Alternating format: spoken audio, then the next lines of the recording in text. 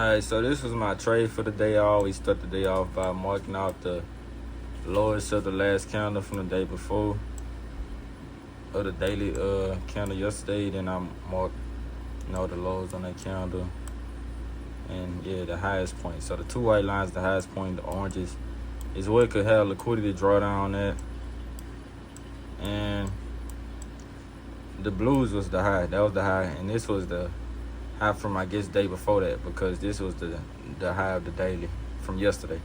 Okay, so boom. Next step I do, going to the 4 hour, I look at the 4 hour. Okay, like I said, I marked out where it could have liquidity drawdowns at, and it couldn't really have no liquidity to the top, but yeah. This the hourly. Same thing. See, they still got these fair value guys right here, down here, but I wasn't looking for it to really take that out until after. But then I go with these yellow lines, show y'all, to draw out the London lows, the London session. So boom, 1 o'clock and then 8 o'clock. This was the London low right here. You see, NQ ain't take it out. This was the London high. It took that out and went above the previous day high and was almost to this other blue line that I marked out for a liquidity sweep. But okay, so after we get that situated, we go into the 15 minute. On the 15 minute is where I marked out these fair value gaps. I seen it was trading in between these. This was before this breakout. It was trading in between these, and it didn't break out of this yet. I got this sell side fair value gap, and I got this buy side fair value gap right here. We see it come down, market open, 15 minute count. It come down, it respected. And I start buying back up, it's still respecting it and just going back and forth. Let me show y'all on the 5 minute. So on the 5 minute, it's going back and forth. It came on this 5 minute candle right here and decided to close down. But on this one, it started buying back up. I knew not to take this because on the 15 minute, there was just nothing but it going down and retesting back up. I'm like, nah, I gotta see that structure close, that candle close below this 15 for me to decide, okay, if it's gonna keep going in that direction or not. So my daily bias originally, I had wanted to see it. I did want to see it come up and take these London session highs, which it already did, but I didn't have no entry on that because it didn't create no fair value gaps within this time frame. Like, it just had nothing good for me to decide, okay, I want to take that. On the 1 minute though, on the 1 minute, it did close right here.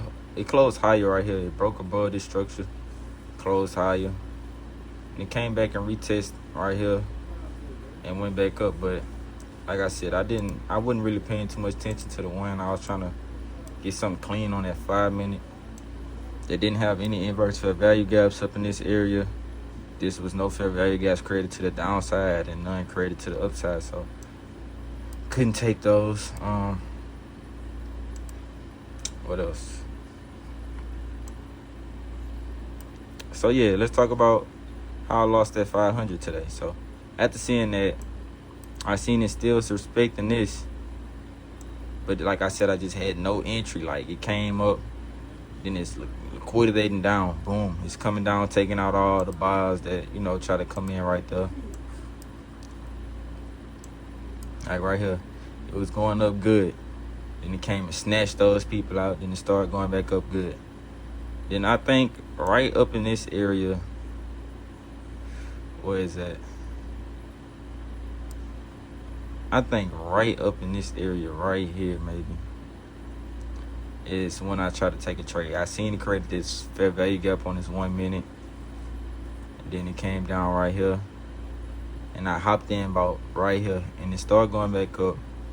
Then it quickly came back down. And I had my stop loss right here or somewhere in that area, or right under this body.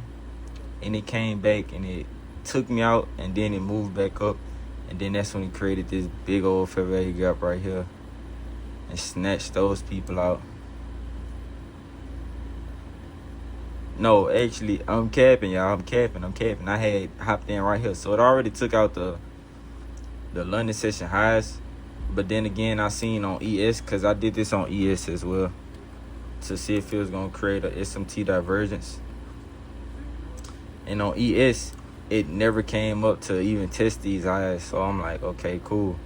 On ES, it snatched down. It snatched out the lows.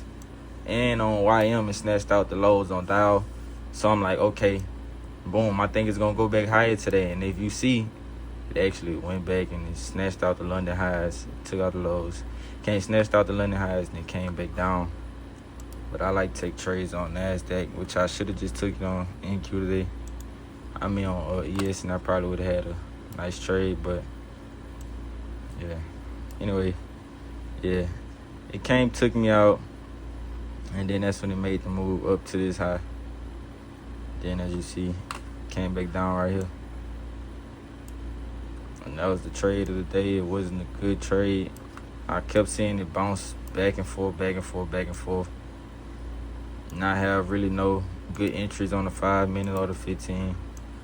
I like to enter on the 5 after fair value gap on the 5 is created.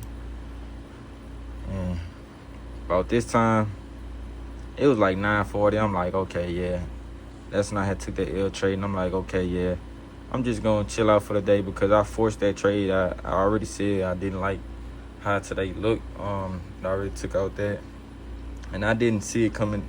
I just didn't see it coming down to take out these London session lows, because if it did, it would have took them out right here on that starting candle.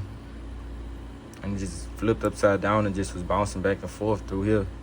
Bouncing back and forth, making big-ass wicks. And yeah, but right around 10:45, it came up. It broke structure right here. And it came up and broke above this structure right here. And it went and tapped into this high that I created. And then it just came back and dropped back down and took out these liquidity sweep lows. So yeah, that was today. Tomorrow, gonna do better.